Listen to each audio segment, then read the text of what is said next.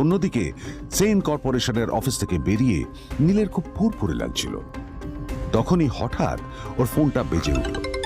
ফোনটা ছিল মিস্টার রায় চৌধুরীর। তিনি ছিলেন শহরের সব থেকে বড় বিজনেসম্যান। হ্যাঁ মিস্টার রায় চৌধুরী, আমি আপনাকেই ফোন করতে যাচ্ছিলাম। আমি একজন বিশেষ লোকের সাথে তোমার একটা মিটিং ফিক্স করেছি। ওর অ্যাড্রেস আমি তোমাকে টেক্সট করে দিয়েছি। আমি চাই তুমি ওই লোকটার সাথে মিট করো। ঠিক আছে, আমি যে কোনো কারোর সাথে দেখা করতে পারি, কিন্তু তার জন্য আপনাকে আমার দুটো শর্ত মানতে হবে। প্রথমটা, আমার জন্য একটা রেয়ার হীরের নেকলেস আপনাকে জোগাড় করে আনতে হবে। আর দ্বিতীয়টা, আমি আপনাকে টেক্সট করছি, এটাও কিন্তু একই রকম জরুরি। এই দুটো কাজ আপনাকে যত তাড়াতাড়ি সম্ভব করে ফেলতে হবে আমার জন্য, ঠিক আছে? তোমার অ্যাকাউন্টে কিছু টাকা পাঠিয়েছি, কিছু জামা কাপড় কেনো, যাতে তুমি ভদ্র সমাজে আসার যোগ্য হও, আর তোমাকে আমি স্বামীর পরিচয় দিতে লজ্জা না পাই। তোমার কারণে আমার পরিবার লজ্জা পাবে, আমি সেটা চাই না। যখনই দেখি তখনই তুমি ভিখিরির মতো ছেঁড়া ফাটা জামা কাপড় পরে থাকো। আসলে আদ্রিতার বাড়িতে আজ ফ্যামিলি ডিনার পার্টি ছিল, আর শেষবার নীলের জন্য ওকে অনেক ঝামেলা পোহাতে হয়েছিল। মেসেজ পড়ে নীল ফোনটা নিজের পকেটে রেখে রাস্তার ধারে গিয়ে একটা ট্যাক্সি থামানোর জন্য হাত বাড়িয়ে দিল। নীল ট্যাক্সি ধরে গোল্ডেন সিটি অ্যাভিনিউর দিকে বেরিয়ে পড়ল। গোল্ডেন সিটি অ্যাভিনিউ শুধু কলকাতারই নয়, এটা ছিল সারা পশ্চিমবঙ্গের সবচেয়ে বিলাসবহুল সোসাইটিগুলোর মধ্যে একটা। আসলে এই সেই জায়গা যেখানে মিস্টার রায় চৌধুরী আজ তার জন্য গোপন মিটিং ফিক্স করেছিলেন। কিন্তু নীল কার সাথে দেখা করতে যাচ্ছে এ সম্পর্কে ওর কোনো ধারণাই ছিল না। যখন নীল সেখানে পৌঁছলো, পুলভিলার বাগানে বসে থাকা লোকটিকে দেখে রাগে নীলের রক্ত ফুটতে শুরু করলো। নীল ওখানে না দাঁড়িয়ে বেরিয়ে গেল। তখনই হঠাৎ একটা মেসেজ এলো। আসলে আজ আদ্রিতার ফ্যামিলি গ্যাদারিং এ যাওয়ার আগে নীলকে ওর হাই স্কুলের রিইউনিয়নেও যেতে হতো। গ্র্যাজুয়েশনের পর এত বছরে এই প্রথম নীল তার কোনো কলেজ বা স্কুলের রিইউনিয়নে যাচ্ছে। এতগুলো বছরে নীল তার কোনো বন্ধুর সাথেই দেখা করেনি। নীলের তার পুরনো সহপাঠীদের কথা মনে পড়তে লাগলো, যাদের সাথে ও স্কুলে মজা করত।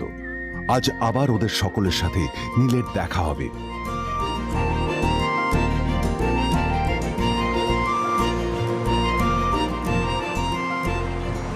আর এই সব কিছু ভেবেই নীল এক্সাইটেড হয়ে যাচ্ছিল। আসলে সোহিনীকে নীল তার স্কুল টাইমে পছন্দ করত।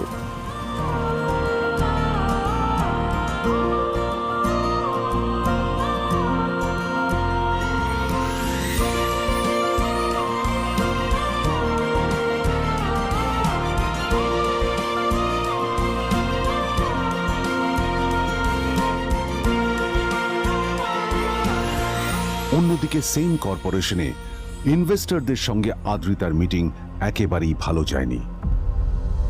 তাকে দেখে বেশ গম্ভীর মনে হচ্ছিল।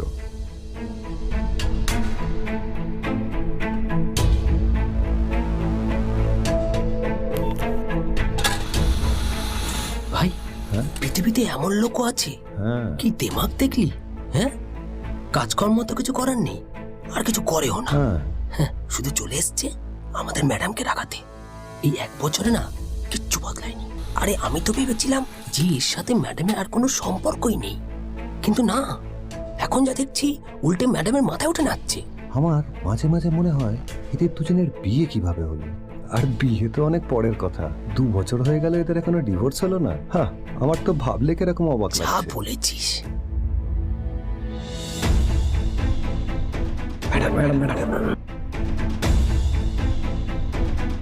অফিসে চলতে থাকা এইসব কথা শুনে আদ্রিতার আরো রাগ হলো।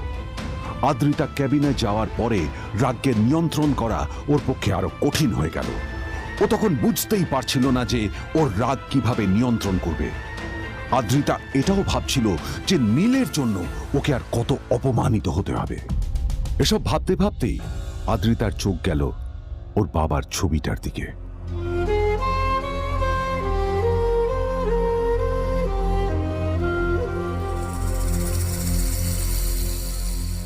আমি তো তোমার সবচেয়ে প্রিয় মেয়ে ছিলাম বাবা। তাই তাই আমি সবসময় ভেবেছি যে তুমি আমার জন্য যাকে সিলেক্ট করবে সে সব থেকে শ্রেষ্ঠ হবে। তাই আমি নিজে থেকে কখনো কোনো রিলেশনশিপে যাইনি,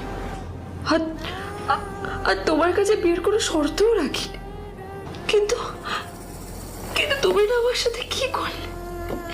এই গাধাটার সাথে আমাকে বিয়ে দিলে। আমার আমার জীবনটা নষ্ট হয়ে গেল, শেষ হয়ে গেল।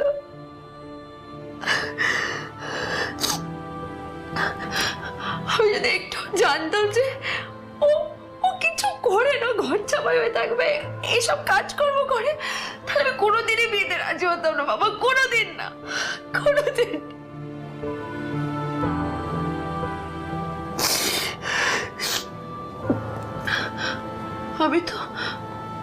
আমি তো সবসময় ভাবতাম যে বাবা মারা তাদের সন্তানের ভালো চায়, কল্যাণ চায়, তাদের জন্য চিন্তা করে। কিন্তু কিন্তু বাবা, তুমি আমার জন্য একটু চিন্তা করোনি। তুমি শুধু তোমার শেষ কর্তব্যটুকু করতে চেয়েছিলে, শেষ ইচ্ছাটুকু রাখতে চেয়েছিলে, ব্যাস পালন করা হয়ে গেছে।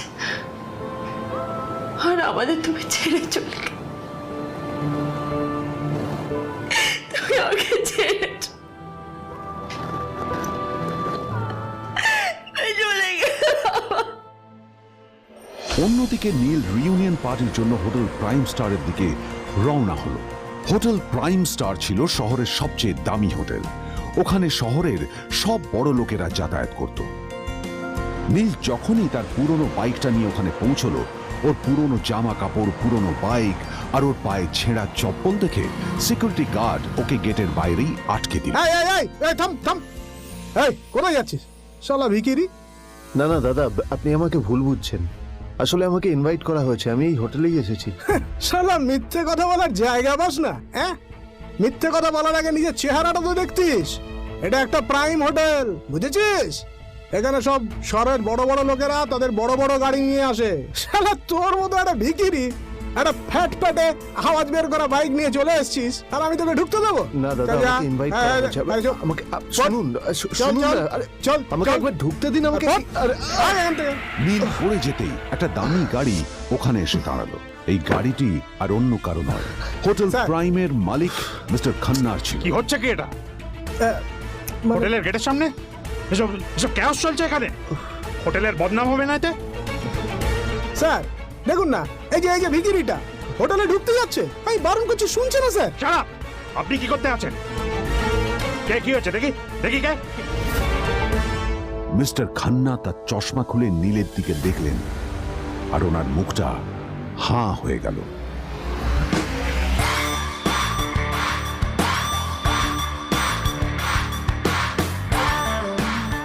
নীল স্যার, আপনি?